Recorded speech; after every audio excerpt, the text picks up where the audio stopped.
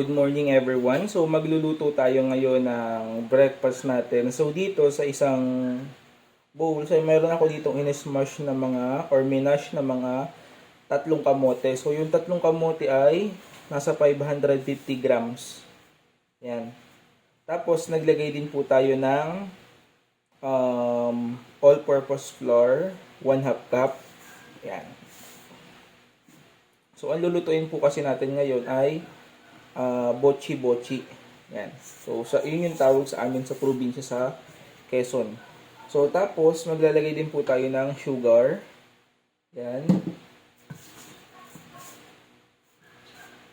Tapos po, maglalagay po tayo ng baking powder. Yan. So, 1 teaspoon lang po ito.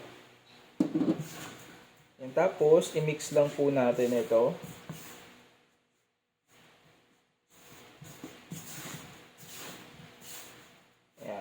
So, medyo buo-buo pa, di ba? So, i-mash natin yan.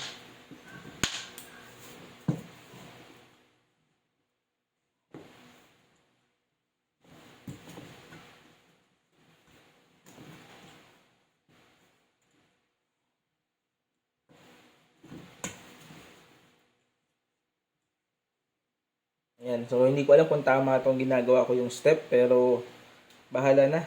Tagal na kasing hindi ako nakapagluto nito. So, kung ano lang yung naalala ko, yun lang. Ayan, ayan. So, tapos, lagyan ko to ng itlog. Ayan, so, lagay tayo ng isang itlog. Ayan. Tapos, i-mix natin ulit.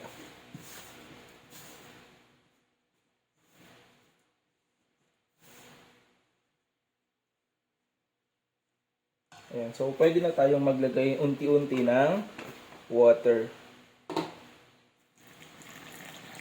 Ayan. Lagay mo tayo ng 1/4 cup.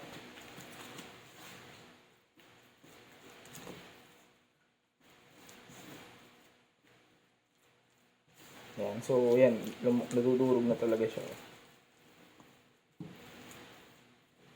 Ayan, so ganyan po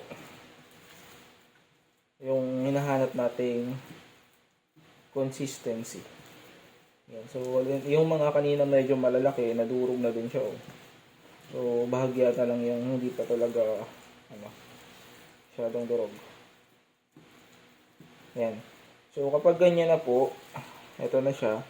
So, iset aside lang natin siya for around 10 minutes para yung baking powder na ginamit natin ay magpaalsa po siya doon sa ating yan, dito sa ating ginawa. So, yun lang. So, balik tayo mamaya.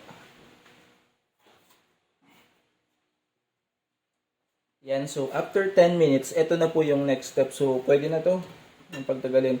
So, ito gagamitin ko yung pang scoop ng ice cream. So, tinry ko siya kanina. Yan, so try natin siya. Yan. So, mas madali kasi ito. Yan. So, ito. Okay na yan. Tapos, lagyan natin siya dito yung may konting tawag dyan. All-purpose flour yung pinggan para hindi siya dumikit. Yan.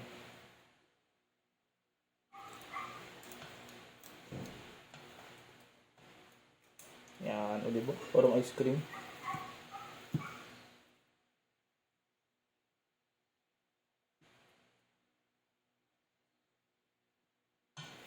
Yan.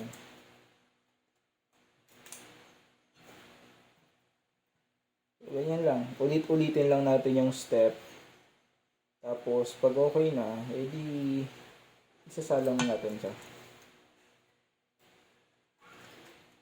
Yan.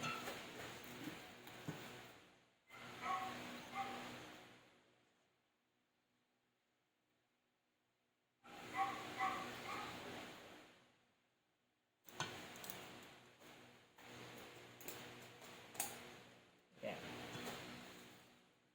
So, makakarami tayo para mga 15 magagawa rin dito.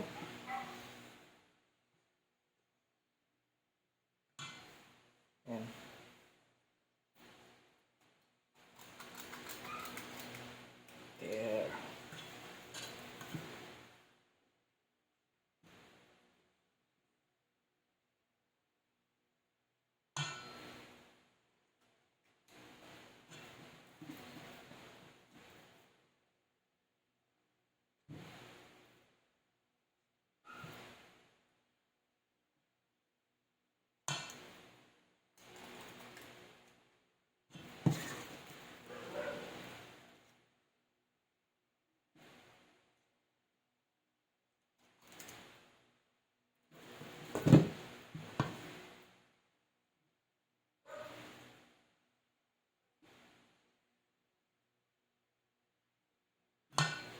Tapos,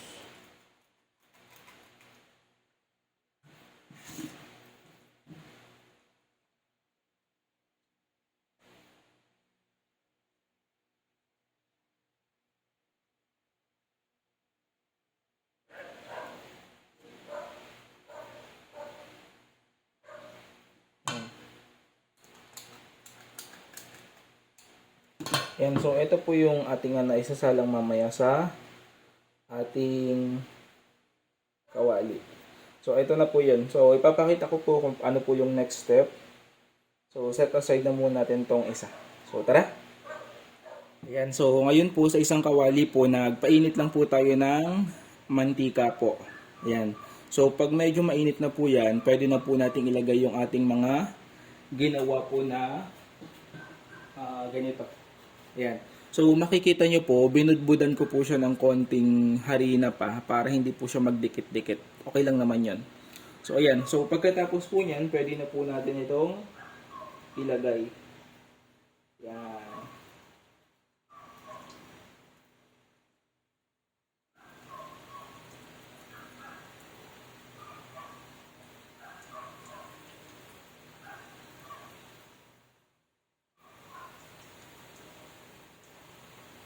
Yan, so siguraduhin po natin na hindi po siya magkakadikit para maganda po yung pagkakaluto.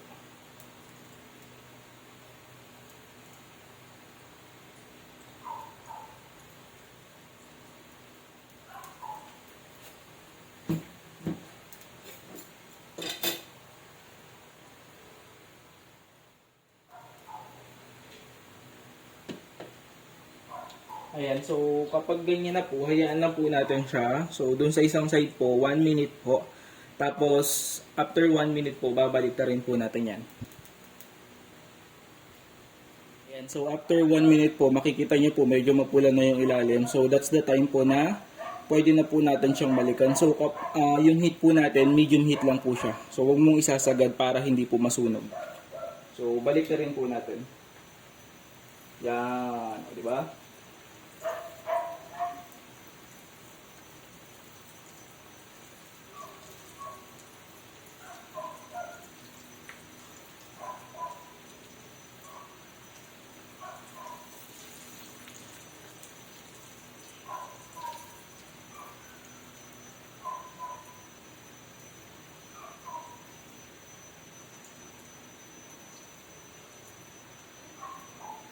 Ayan, so saktong-sakto lang po yung tapos meron pa ditong extra na 4 na piraso. So lagay na rin natin para hindi naman sayang sa espasyo at sa gas.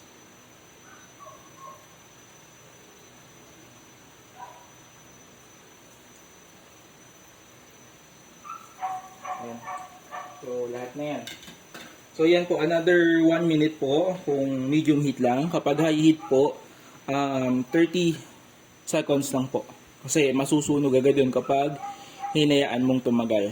So yan o, di ba ang ganda ng kulay. So makalipas po yung 1 minuto, makikita po natin na yung all sides po niya ay luto na. So yung iba po dito, pwede na nating ahunin. Ayan, so ganyan na po. So okay na po yan. Lagay natin sa ating strainer para yung kanyang mantika, excess na mantika ay syempre lumabas din po.